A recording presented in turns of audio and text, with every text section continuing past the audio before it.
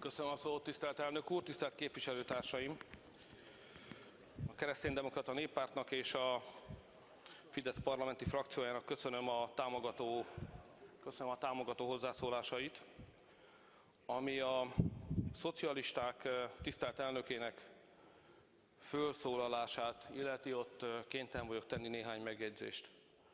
Az első, hogy azt javaslom, hogy ezt az álláspontot, amit itt elmondott a brit népszavazással kapcsolatban, és az ahhoz kapcsolódó változtatásokkal kapcsolatban, azt legyen kedves mondja a szocinterbe is, mert azok aztán támogatják az egész csomagot úgy, ahogy van. Úgyhogy ha megfelel valami, azt javaslom, hogy képviselje ezt az álláspontot, amit itt elmondott, az európai szocialistákon belül is, azt majd el fogják önnek mondani, hogy hogyan kell értelmezni azt a megállapodást, és akkor szemben a magyar parlamenttel nem lesznek olyan udvariasak a tárgyi tévedésekkel szemben, mint hogy mi vagyunk. Ami azt a kérdést illeti, hogy önök milyen álláspontot foglaltak el korábban a menekültügy kérdésén, ott emlékeztetnem kell a magyar közvéleményt arra, hogyha önök lettek volna kormányon az elmúlt másfél évben, akkor Magyarországon több százezer beazonosítatlan, ismeretlen, közvetlen veszélyt jelentő idegen tartózkodna.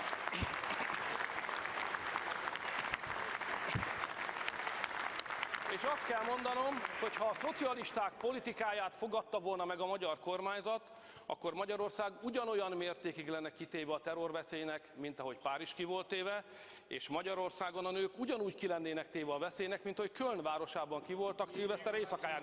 Azért nem jött be ez a baj Magyarországra, mert nem önök voltak kormányon. Ha önök lettek volna kormányon, ma a magyar embereknek, a magyar asszonyoknak és a mi lányainknak azzal a veszéllyel kéne együtt élnie itt Magyarországon, amivel Nyugat-Európa számos országában. Ez csak azért nem következett be, mert önök nem voltak hatalmon. Azt kívánom a magyar polgároknak, ez még maradjon is így jó hosszú ideig.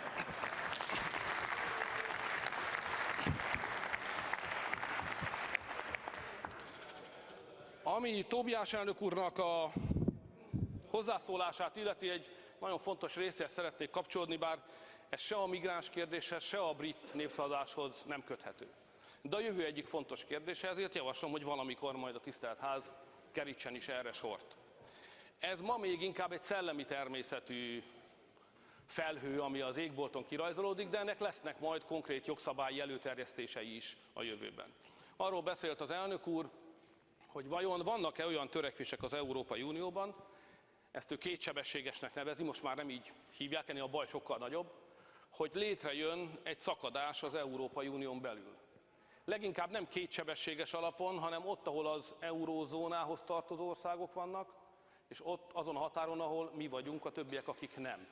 Ez egy nagyon komoly kérdés, amit alaposan át kell gondolnunk.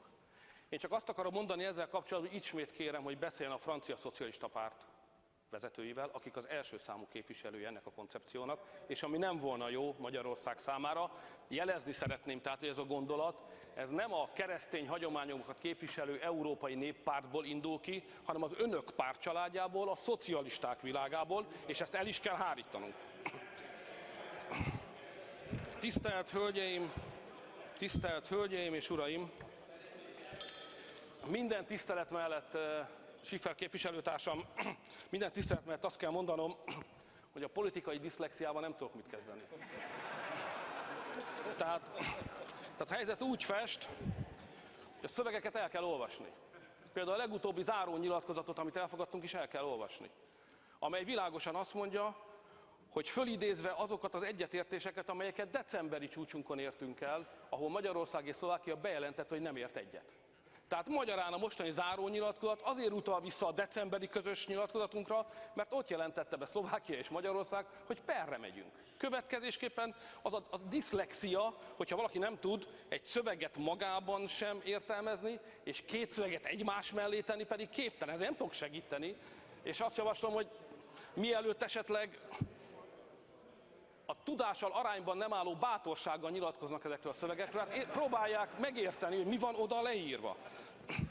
Hasonlóképpen meg kell említenem, hogy egyébként ezeket a szövegeket 26 ország maradéktalanul elfogadja, pontosabban ebből le kell vonni azokat, akik nem részei a közös határvédelemnek, és csak ketten vagyunk ebben a pillanatban, a szlovákok és mi, akik folyamatosan ellenezzük. De ezek a szövegek ebben a pillanatban most csak arról szólnak, hogy mi van a már korábban jogszabályi formát öltött 120, illetve plusz 40, 160 ezres kvótával. És itt van egy jogi vita, amit Vona képviselőtársunk pontosan idézett föl, hiszen mi egy eljárást indítottunk meg a bíróságot, és fölvetődik az a kérdés, hogy egyébként ennek van-e halasztó hatálya, hiszen egy olyan jogszabályt fogadtak el, amely ránk nézve is kötelező. Számok szerepelnek benne. De mi azt nem hajtjuk végre, mert szerintünk a jogi vita rendezése előtt ezt nem érdemes végrehajtani. Segíti a magyar álláspontot az, hogy bár 160 000 ember szétosztásáról van szó, ez idáig mindösszesen Görögországból 251 néhány, Olaszországból 261 néhány embert sikerült szétosztani. Ez messze van még a 160 000-től, tehát azt tanácsoljuk a szétosztáspárti Európai Uniós országoknak, hogyha már csak az 1000 van hátra, amit nekünk szántak, majd akkor térjünk vissza a kérdésre. Addig ne.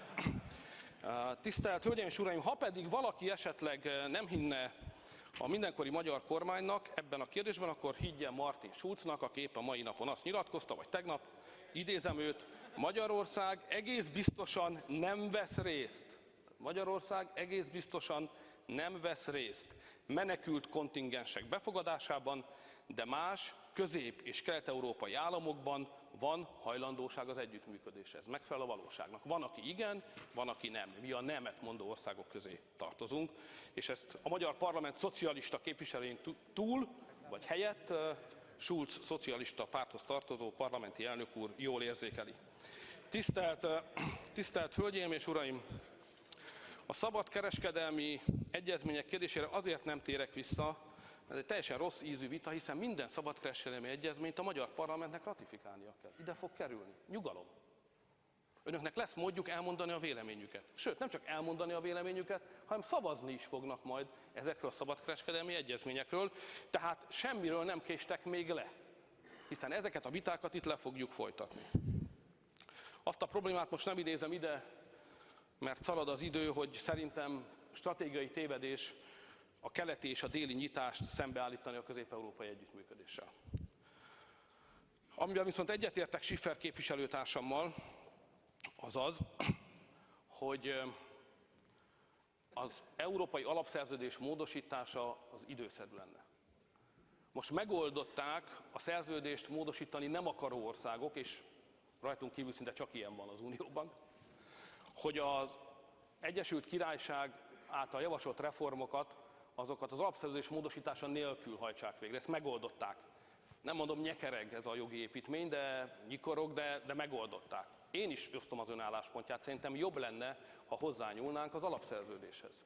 De ahhoz, hogy az alapszerződésről szóló vita meginduljon, ahhoz sajnos Magyarország, tudom, hogy ezt ön fölrója nekem, de nem elegendő súlyt képviselő ország az Európai Unióban, hogy egymagában ezt el tudja érni, mert hát ahhoz kell egy bizonyos szavazati arány, amivel mi nem rendelkezünk. És ami a külföldön dolgozó magyarokat illetőt szeretném világossá tenni, úgy, ahogy eddig, a magyarok ezután is szabadon vállalhatnak munkát Európa minden országában, ideértve az Egyesült Királyságot is. És vissza kell utasítanom ismételten azokat a megjegyzéseket, amelyeket nem lehet másképpen értelmezni, csak úgy, hogy önök rendszeresen megtámadják a külföldön munkát vállaló embereket. Különböző emberek különböző okokból döntenek emellett, de elvitatni a jókat, hogy így döntsenek, szerintem nem helyes. És arra törekedni, hogy bárki itthon tartsa őket, ha ők menni akarnak, az sem helyes. És önök ezt teszik. Folyamatosan negatív színbe tüntetik fel azokat a magyarokat, akik úgy döntöttek, hogy valamilyen okból megpróbálkoznak a külföldi munkaállással. Miért kell ezeket az embereket bántani? Miért nem ismerjük inkább el őket? Hát miért nem mondjuk azt, hogy micsoda bátorság kell ehhez? Gondoljon bele. Nem olyan egyszerű dolog ez. Fölkerekedni Magyarországról, elmenni Londonba és ott munkát vállalni, vagy akár csak Németországba. Nem beszélve a magyar külföldi nyelvbeszélési problémákról, amelyek velünk élnek nem tudom hány évtized óta. Szóval ezeket az embereket inkább elismeréssel kéne emlegetni. És azt kéne mondani, hogy nagyra becsüljük őket, hogy van bennük bátorság, elszántság, meg kraft. Arról már nem is beszélve, hogy egyébként pedig lassacskán több mint 2 milliárd euró értékben hazaküldik a jövedelmüknek egy tekintélyes részét Magyarországra. És önök támadják ezeket az embereket. Szeretném világossá tenni, hogy a kormány, a Fidesz és a Kereszténydemokrata Néppárt elismerése adózik azoknak az embereknek, akik kockázatot vállalva Magyarországon kívül is megpróbálnak tenni a családjuk boldogulása érdekében, és támogatjuk őket.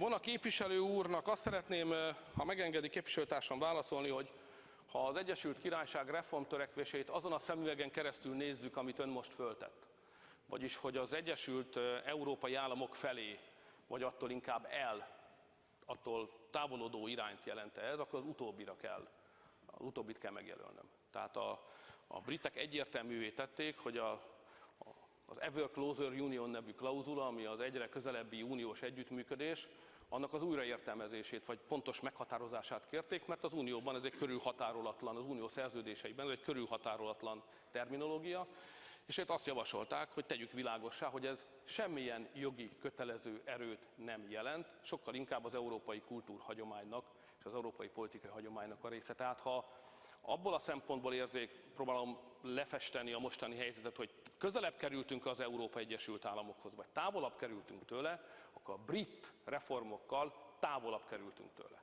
Ha a kérdést úgy tesszük föl, hogy a most, majd márciusban megvitatandó új menekültügyi és migránsügyi szabályozás, amit elő fognak majd terjeszteni, az közelebb visze bennünket az Európai Egyesült Államokhoz, vagy eltávolít, akkor azt kell mondanom, hogy amit le fognak tenni asztalra javasolt, az közelebb fog hozzávinni.